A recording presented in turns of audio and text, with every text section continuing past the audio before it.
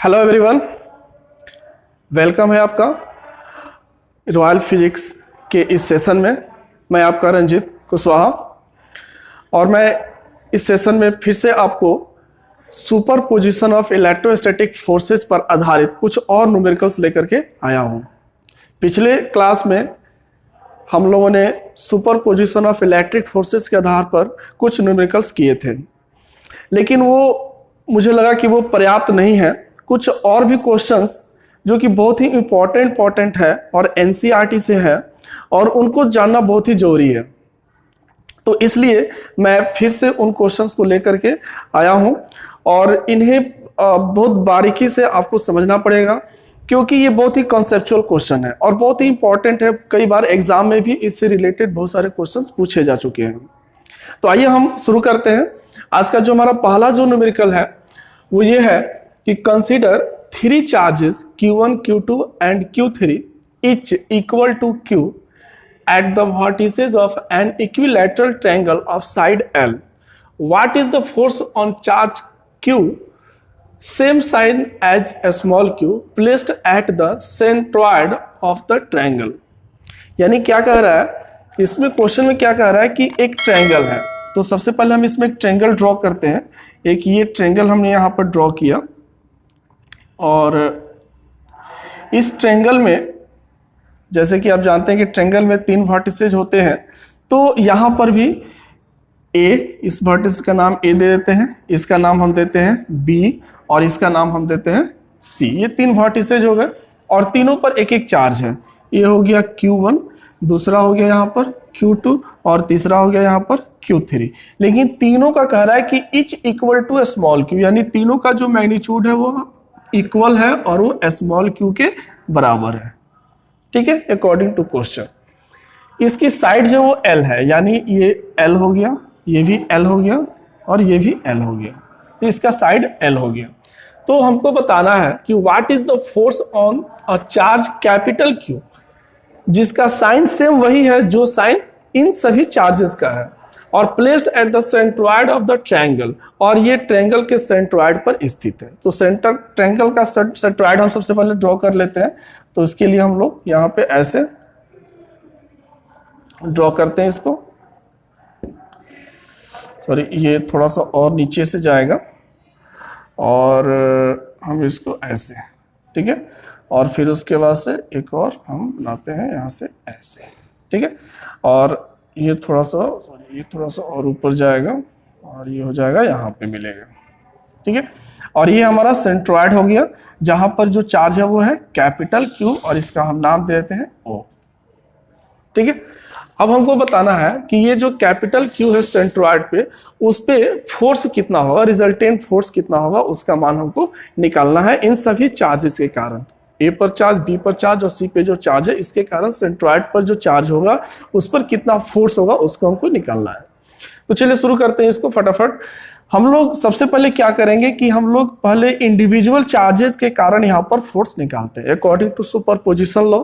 Superposition law यही कहता है कि किसी गिवन चार्ज पर बहुत सारे चार्जेस के कारण अगर रिजल्टेंट फोर्स निकालना हो तो इंडिविजुअल चार्जेस के कारण फोर्स निकाल करके उसका हम वेक्टर सम कर लेते हैं। तो यहाँ पर 3 चार्जेस हैं, तो बारी बारी से हम लोग चार्ज के कारण फोर्स निकालते हैं और फिर उसका वेक्टर सम हम लोग कर लेंगे। क्योंकि हमको Q बिंदु पर सभी वर्टिसेस पर जो चार्ज है उसके कारण फोर्स निकालना है, इसलिए इसके लिए सबसे पहले जो वर्टिसेज है उन सभी वर्टिसेज से सेंट्रॉइड तक का डिस्टेंस मालूम होना चाहिए। तो सबसे पहले हम लोग सेंट्रॉइड तक का डिस्टेंस निकालते हैं। तो इसके लिए देखिए, ये जो ट्रायंगल है, तो इस ट्रायंगल में ये वाला जो एंगल है वो पूरा 60 डिग्री है। तो इस पूरे 60 डिग्री में अब ये वाला जो बाइसेक्टर है हमारा AD, ये बाइसेक्टर है, इसको 2 भागों में बांटता है। तो 2 भागों में बांटता है तो निश्चित रूप से यहाँ पर जो एंगल बनेगा वो 30 डिग्री का एंगल बन जाएगा। अब हम लोग इस एंगल के हिसाब से अब यहाँ से हम लोग ये ट्रायंगल ले लेते हैं, इस ट्रायंगल में ADC में। तो इसमें हम लोग क्या कर सकते हैं, इन ट्रायंगल ADC हम लोग यहाँ पर cos 30 का उपयोग करते हैं। ये जो 30 डिग्री का एंगल जो बन रहा है यहाँ पर लोग cos 30 लेते हैं। तो जब हम लोग cos 30 लेंगे तो ये हो जाएगा बेस अपन हाइपोटेनस। तो बेस हमारा हो गया AD और हाइपोटेनस हो गया AC। तो हमको AD का मान निकालना है, तो ये हो जाएगा AC cos 30 डिग्री। अब AC का मान हो गया L और ये हो जाएगा cos 30 डिग्री, तो cos 30 डिग्री का मान हो जाएगा √3/2। दैट मीन्स कि ये हो गया √3/2 इंटू L। ये हो गया A से D तक का मान। लेकिन हमको तो यहाँ से यहाँ तक का ही निकालना है, A से O तक का, तो इसलिए A से O तक का जो डिस्टेंस होगा वो कितना होगा 2/3 इंटू AD। यानी जो सेंट्रॉइड होता है वो इस बाइसेक्टर का 2/3 डिस्टेंस होता है। तो इसलिए हम यहाँ पर 2/3 और AD की जगह पर हम लोग वैल्यू रख दिए √3/2 इंटू L। तो 2 से 2 कैंसिल और √3 से ये 3 कैंसिल हो जाएगा, तो ये हो जाएगा L/√3। डैट मीन्स कि ये हमारा AO का मान निकल गया। तो बाई सिमेट्री हम जितना डिस्टेंस A से O तक का होगा उतना ही डिस्टेंस B से O तक का होगा और उतना ही डिस्टेंस C से O तक का भी होगा। तो इसलिए हम लोग यहाँ पर लिख सकते हैं AO = BO = CO = L/√3 metre, या जो भी यूनिट हो L/√3 हम यहाँ पर नोट कर लेंगे। तो ये हमारा डिस्टेंस हो गया। अब हम लोग को अब ये डिस्टेंस निकल गया, तो अब हम लोग अब बारी बारी से सभी चार्जेस के कारण O बिंदु पर फोर्स निकाल सकते हैं। तो हम लोग सबसे पहले A चार्ज के कारण फोर्स निकालते हैं। नाउ अब FA, उसका नाम देता हूं FA। फॉर्मूला हमारे पास कूलम्ब्स लॉ है, तो 1/4πε0 Q into capital Q upon, अब डिस्टेंस हमारा हो गया L/√3, तो ये हो जाएगा L/√3 का स्क्वायर। ठीक है। अब देखिए, अब चूंकि ये सभी पॉजिटिव चार्ज है, ये भी पॉजिटिव चार्ज है या ये भी पॉजिटिव चार्ज है, या ऐसे कहें कि सब सेम साइन के हैं, तो सेम साइन के हैं, तो अगर हम इसको पॉजिटिव माने और इसको भी पॉजिटिव ले तो दोनों के बीच रिपल्सन होगा, तो रिपल्सन होगा तो इसके कारण जो यहाँ फोर्स लगेगा उसका डायरेक्शन आउटवर्ड हो जाएगा। तो इसके डायरेक्शन को हम लोग यहाँ पर लिख सकते हैं FA, इधर की तरफ। तो इस प्रकार से इसके डायरेक्शन को हम लोग यहाँ लिख सकते हैं अलोंग AO, यानी A से O के डायरेक्शन में इसका डायरेक्शन हो गया। और इसको हम लोग लिखेंगे तो L² और √3 का स्क्वायर करेंगे तो 3 हो जाएगा, तो ये 3 ऊपर चला जाएगा, तो ये यहाँ पे हो जाएगा 3/4πε0 QQ upon L² along AO। तो ये FA का मान हो जाएगा। इसको वेक्टर फॉर्म में हम ऐसे लिख सकते हैं, जिसका मैग्नीट्यूड सिर्फ इतना होगा और ये उसका डायरेक्शन हो गया। इसी प्रकार से हम B के कारण भी यहाँ लिख सकते हैं और C के कारण भी वहां पर फोर्स का मान लिख सकते हैं। तो अगर हम इसी तरह से FB के लिए लिखें तो FB के लिए भी हम लोग सेम यही चीज लिख सकते हैं, क्योंकि FB के लिए भी यहाँ पर चार्ज सेम है, यहाँ पर भी चार्ज सेम है, डिस्टेंस भी सेम है, तो फोर्स का मैग्नीट्यूड भी सेम होगा, बट डायरेक्शन थोड़ा सा दूसरा होगा, क्योंकि अब यहाँ से ये भी पॉजिटिव और ये भी पॉजिटिव चार्ज है, तो इसलिए फोर्स का जो डायरेक्शन होगा वो हो जाएगा FB आउटवर्ड, बाहर की तरफ। और C के कारण फिर हम ले तो इसका भी डायरेक्शन ऐसे हो जाएगा और इसको लिखेंगे FC, और ये भी बाहर की तरफ। लेकिन दोनों का मैग्नीट्यूड सेम होगा फोर्स का, तो इसलिए FB के लिए भी हम लिख सकते हैं 3/4πε0 QQ अपॉन L², और इसका डायरेक्शन जो हो जाएगा वो हो जाएगा BO, B से O की ओर। एंड FC के लिए लिखें तो इसको लिखेंगे 3/4πε0 QQ अपॉन L², और इसका जो डायरेक्शन होगा वो हो जाएगा CO। तो ये सबका डायरेक्शन और ये इसका मैग्नीट्यूड। लेकिन अब यहाँ पर हम देखेंगे तो सभी में सबका मैग्नीट्यूड जो है वो सेम है, डायरेक्शन सबकी अलग अलग है लेकिन सबका मैग्नीट्यूड सेम है। तो हमको यहाँ पर निकालना है Q पर रिजल्टेंट फोर्स। ये तो तीनों के कारण अलग अलग फोर्सेज हो गए, अब हमको यहाँ पर रिजल्टेंट निकालना है। तो अब यहाँ पर 3 वेक्टर है, तो 3 वेक्टर का रिजल्टेंट एक साथ नहीं हो सकता, तो हम क्या करेंगे कि पहले 2 वेक्टर का रिजल्टेंट निकालेंगे। पहले हम FB और FC का रिजल्टेंट निकालेंगे, जिसके बीच का एंगल 120 डिग्री होगा, क्योंकि यहाँ पर देखिए ये 120, ये भी 120 और ये भी 120, तो तीनों मिला करके हो जाएगा 360 डिग्री।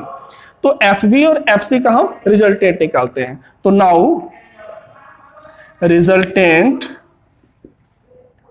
वेक्टर या resultant force of FB and FC। तो अब इसके लिए हम लोग क्या करते हैं, उसको F1 मान लेते हैं, और इसका मैग्नीट्यूड कितना हो जाएगा। तो मैग्नीट्यूड निकालने के लिए अब हम लोग फिर फॉर्मूला का यूज करेंगे वेक्टर एडिशन का। तो इसको लिख सकते हैं एफ बी का स्क्वायर प्लस एफ सी का square plus 2FV into F C और cos 120 डिग्री। तो अब यहां पर देखिए एफ बी और एफ सी दोनों का मैग्नीट्यूड चूंकि सेम है, तो हम एफ बी की जगह पर एफ सी का भी यूज कर सकते हैं या एफ सी की जगह पर एफ बी का भी यूज कर सकते हैं। तो लिखेंगे चूंकि F B is equal to F C, तो इसलिए अब हम यहां पर ऐसे लिख सकते हैं एफ बी का स्क्वायर प्लस एफ बी का स्क्वायर प्लस 2FB का स्क्वायर, क्योंकि F C into F B तो एफ बी स्क्वायर हो जाएगा, और cos 120 डिग्री ये हो जाएगा -1/2।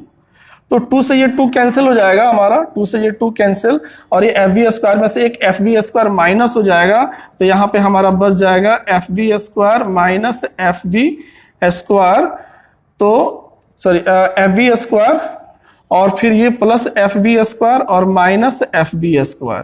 तो ये वाला टर्म कट गया, माइनस हो गया, तो हमारे पास सिर्फ बच जाएगा एफ बी स्क्वायर और इसका मान हो जाएगा एफ बी, यानी स्क्वायर से रूट हट गया तो एफ बी। दैट मीन्स क्या हुआ कि इन दोनों का जो रिजल्टेंट आया वह रिजल्टेंट भी इसी दोनों में से किसी एक वेक्टर के बराबर है, यानी एफ बी और एफ सी भी आपस में इक्वल है, तो इन दोनों का जो रिजल्टेंट आया वो भी इसी में से किसी एक के बराबर है, यानी एफ बी के बराबर है या एफ सी के बराबर है, तो ये भी इक्वल है। तो यानी ये देखिए कि ये बहुत ही कॉन्सेप्चुअल चीज है, इसको ध्यान रखिए कि अगर कोई भी दो इक्वल वेक्टर्स हो और दोनों के बीच 120 डिग्री का एंगल हो, तो जो उनका रिजल्टेंट होता है वह उन्हीं दो इक्वल वेक्टर्स में से किसी एक के बराबर होता है।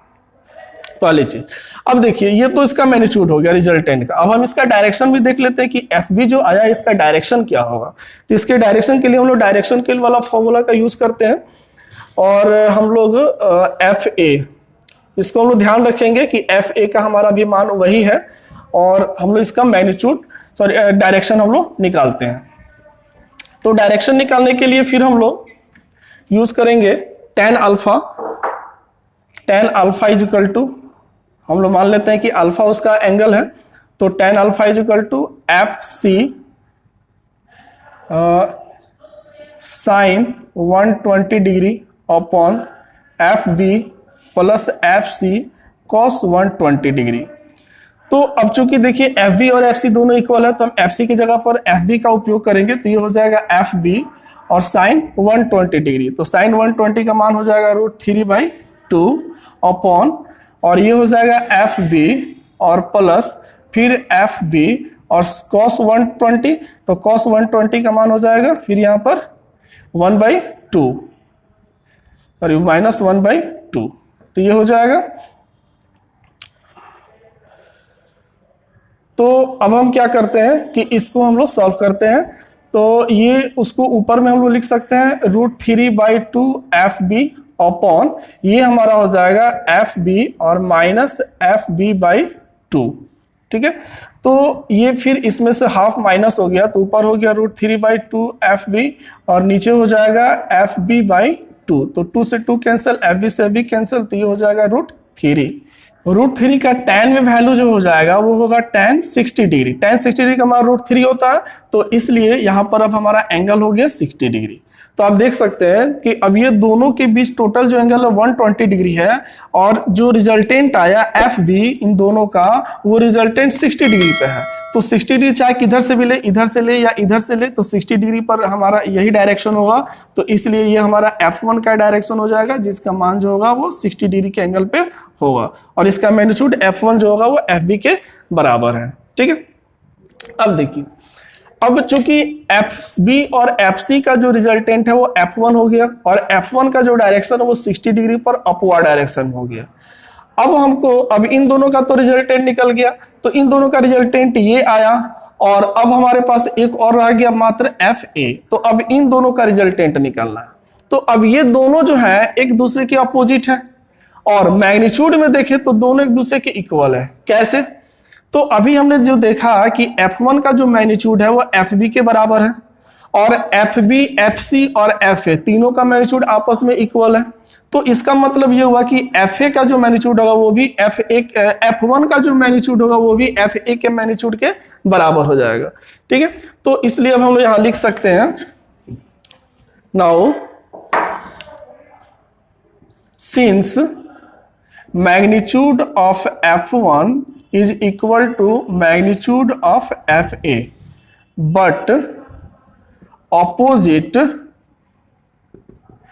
इन direction.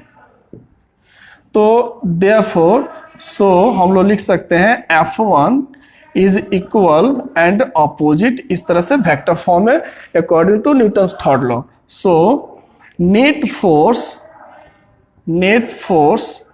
Eight Q will be F1 और plus FA is equal to 0। That means कि यहां पर कोई भी नेट फोर्स नहीं होगा या वहां पर नेट फोर्स का मान 0 हो जाएगा। तो बहुत ही कॉन्सेप्चुअल क्वेश्चन है, बहुत सारे कॉन्सेप्ट, बहुत सारी चीजों को सीखने, बहुत सारे फॉर्मूला को यूज करना हमको इसमें सीखना है, इसलिए बहुत ही इंपॉर्टेंट क्वेश्चन माना जाता है ये। तो एक बार इसको आप जरूर सॉल्व करें, ठीक है ना। और अगर एक बार में समझ में नहीं आया हो तो आप इसको दोबारा रिप्ले करके इसको जरूर देखें। तो चलिए एक और इसी तरह का हम लोग क्वेश्चन लेते हैं। तो हमारा अगला क्वेश्चन है, consider 3 charges Q, Q and minus Q placed at the vertices of an equilateral triangle. What is the force on each charge? यानी क्या कह रहा है यहाँ पर कि एक इक्विलेटरल ट्रायंगल है ABC और इसके तीनों वर्टेक्स पर 3 चार्ज गिवन है Q1, Q2, Q3। Q1 का मैग्नीट्यूड प्लस Q, Q2 का मैग्नीट्यूड भी प्लस Q और Q3 का मैग्नीट्यूड माइनस Q, सॉरी उसका जो चार्ज है वो माइनस Q है, ठीक है। मैग्नीट्यूड उसका भी Q है, यानी तीनों चार्ज का मैग्नीट्यूड सेम है। नेचर जो है 2 चार्ज का सेम है, एक चार्ज का अलग है, अपोजिट है, एक माइनस में और 2 चार्ज प्लस में है। तो हमको क्या करना है क्वेश्चन के अनुसार कि प्रत्येक चार्ज पर नेट फोर्स निकालना है।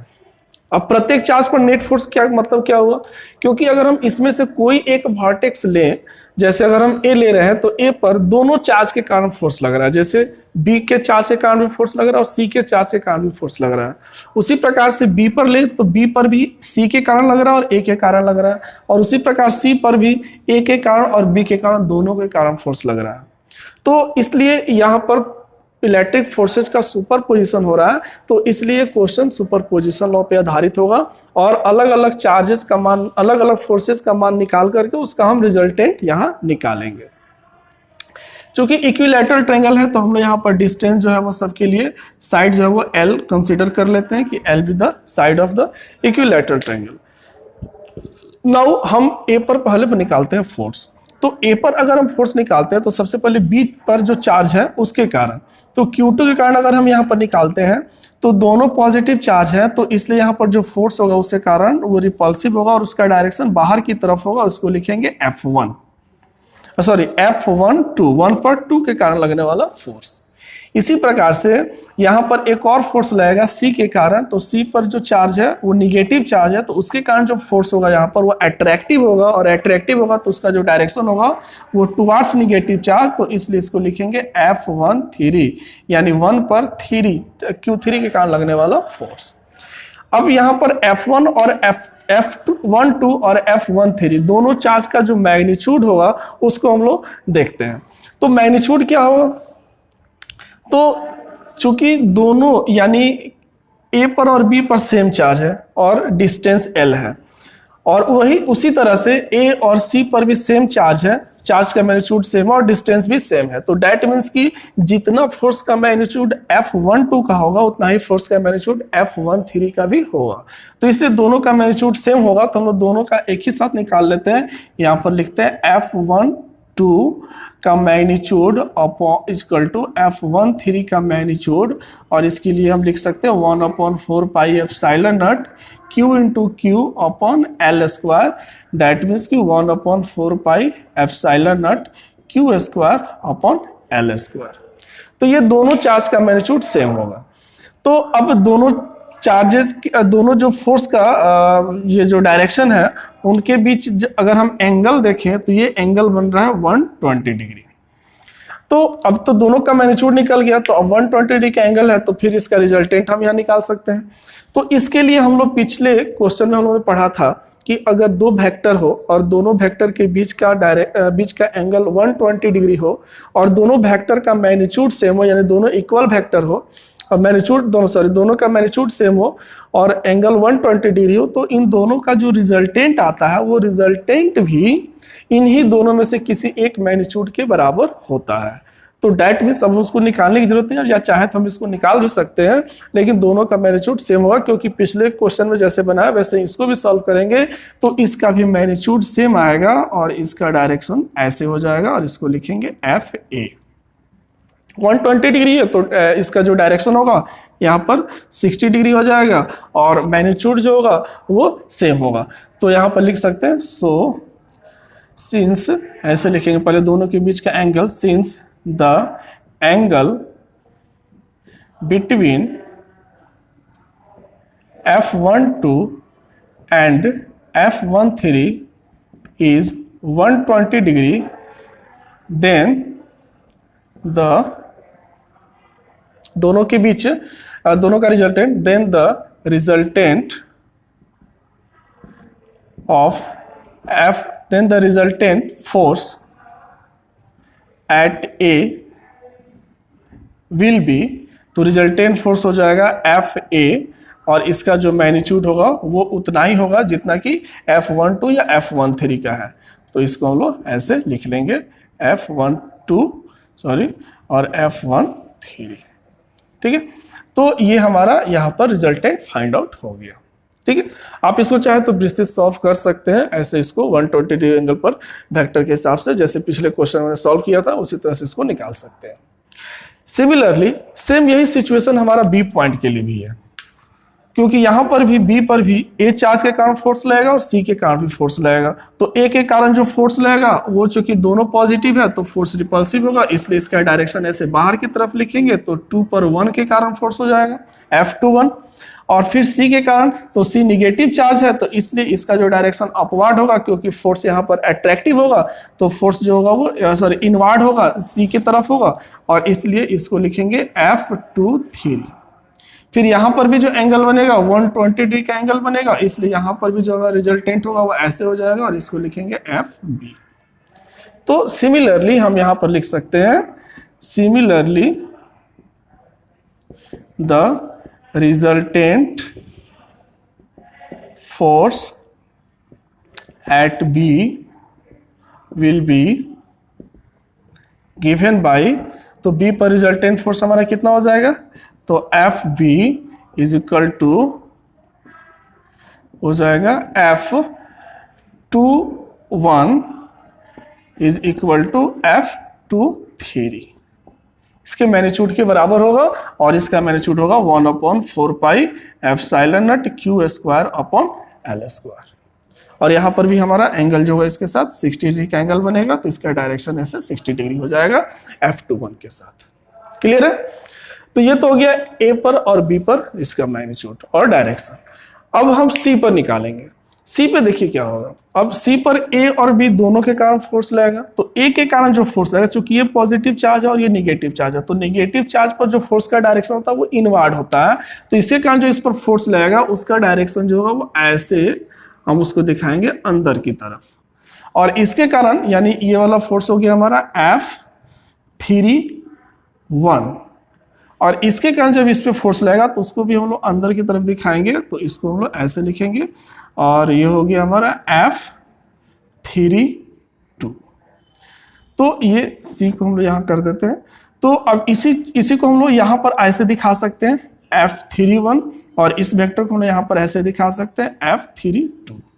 यानी ये चीज कॉन्सेप्ट हमेशा दिमाग में रखिएगा कि जब भी पॉजिटिव और नेगेटिव चार्ज, अगर पॉजिटिव और नेगेटिव चार्ज हो और उनके बीच अगर डायरेक्शन दिखाना हो तो नेगेटिव चार्ज पर फोर्स का डायरेक्शन हमेशा इनवार्ड होगा।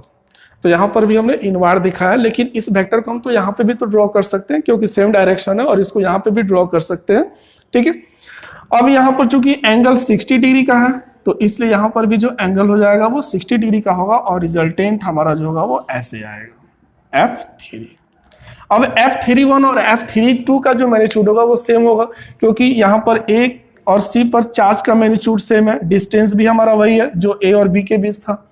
उसी प्रकार से C और B के बीच जो डिस्टेंस है वो भी वही है और चार्ज का मैग्नीट्यूड भी सेम है, इसलिए F31 और F32 जो फोर्स होंगे उसका मैग्नीट्यूड सेम होगा। तो उसको हम लोग लिख लेते हैं यहाँ पर इसको हम मिटा देते हैं और इसको लिखते हैं now at point A, now at point A हम लिख सकते हैं F31 का मैग्नीट्यूड इक्वल टू F32 और इसका magnitude 1/4 pi epsilon not Q square upon L square. ठीक है, तो the angle between F31 and F32 is 60 degree. So net force at C will be now at point C, net force at C will be given by, तो C पर जो होगा, sorry इसको 3 ना लेकर के हम C कर देते, तो C पर जो फोर्स होगा उसका हम लोग कैसे निकालेंगे, FC, तो इसको हम लोग वेक्टर सम करेंगे 60 डिग्री के एंगल के साथ, तो ये हो जाएगा F31 का स्क्वायर प्लस F32 का square plus 2 F31 into F32 और इंटू कॉस 60 डिग्री। तो ये हो गया हमारा, चूंकि दोनों का मैग्नीट्यूड सेम है तो हम कोई एक लिख लेते हैं, तो F31 का स्क्वायर प्लस F31 का स्क्वायर प्लस 2F31 ये भी स्क्वायर हो जाएगा और cos 60 डिग्री हो जाएगा हमारा 1/2, 2 से 2 कैंसिल हो जाएगा और ये तीनों ऐड हो जाएगा, तो ये हो जाएगा 3F31 का स्क्वायर, डेट मीन्स की √3F31। तो ये जो हो गया ये हमारा FC का मान हो गया और इसका जो डायरेक्शन होगा वो यहाँ पर देख रहे हैं नीचे की तरफ है।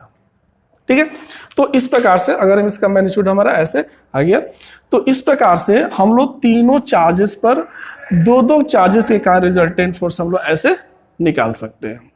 तो थोड़ा सा इसको बारीकी से आप इसको एक बार में समझ में नहीं आता है तो इसको दोबारा आप इसको फिर से देखिए, फिर से इसको सॉल्व कीजिए कॉपी पे। बहुत ही अच्छा क्वेश्चन है, बहुत सारे कॉन्सेप्ट इसमें समझ में आते हैं, बहुत सारे फॉर्मूला का इसमें यूज होता है, बहुत सारे कॉन्सेप्ट का यूज होता है।